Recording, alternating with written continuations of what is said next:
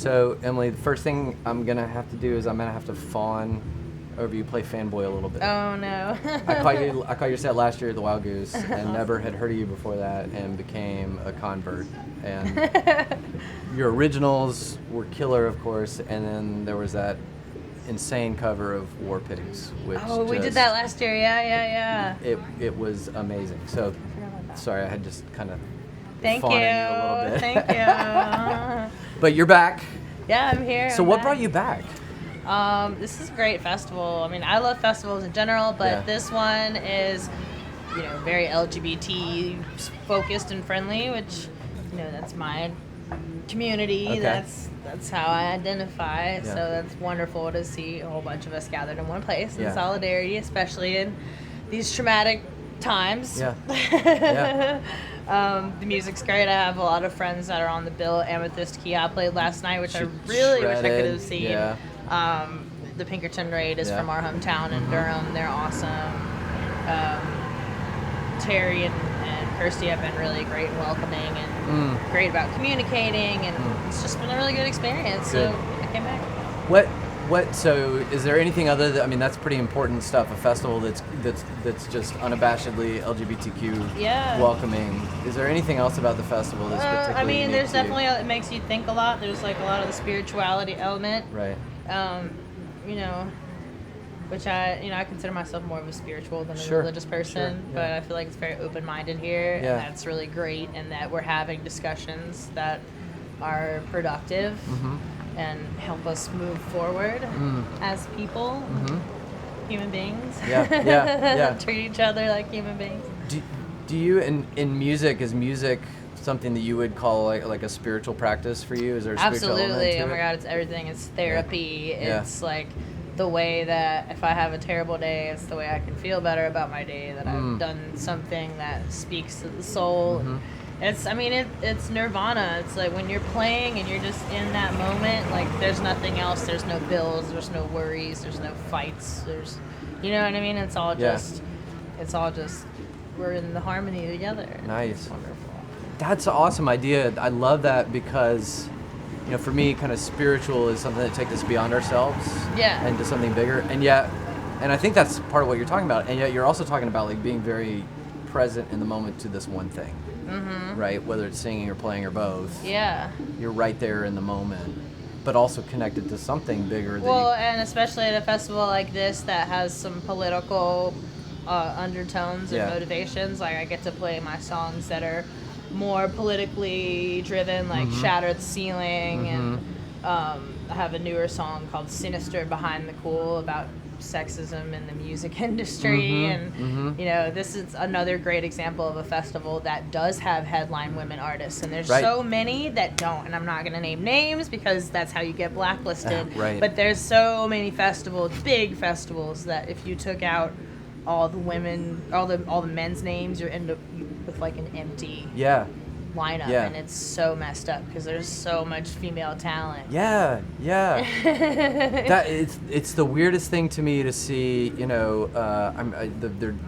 a doc on Amazon on L7, the punk metal all female band that came out of LA. And that was part of their thing, is like, we're not here because we're a female band, although that matters. We're here because we kick ass. We rock. Right. But we're not getting the same kind of, we're treated like a novelty act. Right.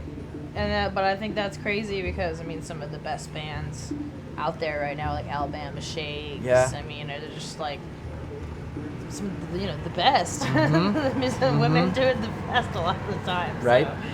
So, that's just my opinion. That's just my opinion. I agree. It's funny. I was telling somebody last night that I was telling them about your cover of War Pigs, and the thing about it for me is like when you listen to a song like War Pigs, you don't realize it's a protest song.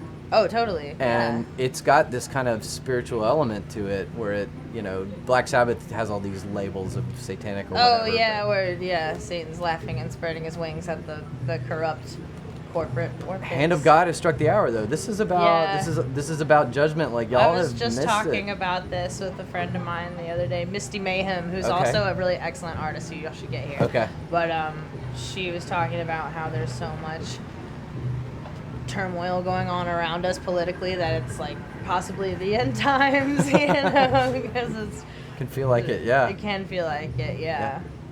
What projects are you working on? What do you have upcoming? I have a new album in the works. I'm looking at a next spring probably release date, but that's, you know, hopefully that will stay there. That deadline will move back, you know.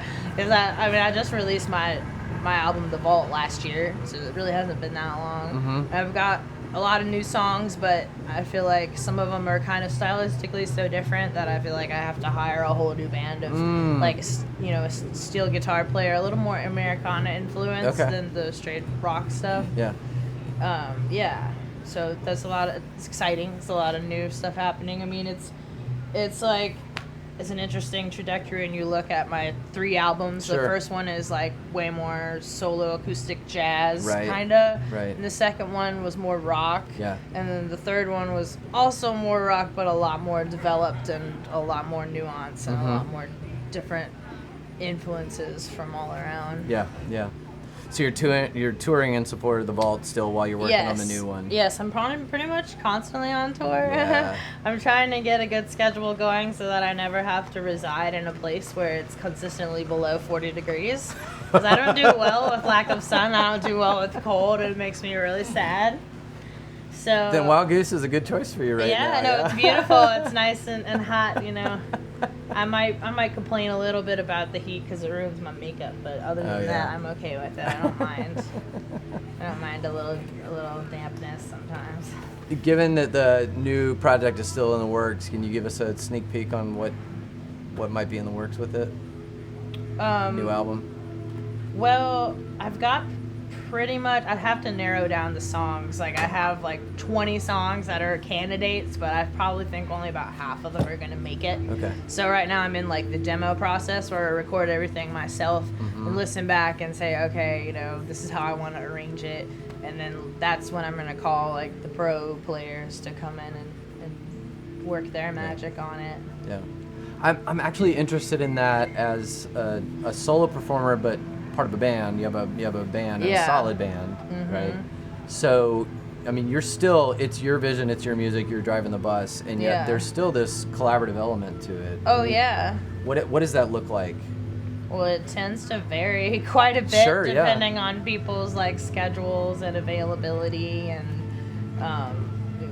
the money. Honestly, you know, it's how are they willing to travel, or you know, how much can we get paid to make this worth it? Right.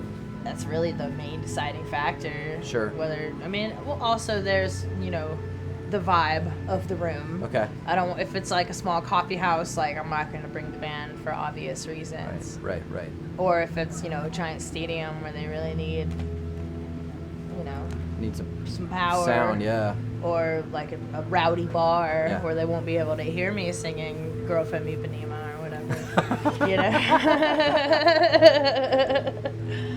What about the creating experience of the music? Like you say, you know, like you're trying to narrow down the songs and then you're going to bring in people. Yeah, it's sort of always been like, there's a few songs where we'll like jam and that'll be sort of the creation of a new song, but a lot of it I write ahead of time and bring it to them. And they'll fill in kind of like, if I, you know, I'll just have a basic like, here's the chords, but you know, here's the structure. Here's the, you know, put your own flavor on it. Cool. You know, they have enough freedom to be the masters of their instrument. Yeah. Very cool. Well, I look forward to seeing you again tonight. It's gonna be awesome. I'm so excited. Awesome. Thanks.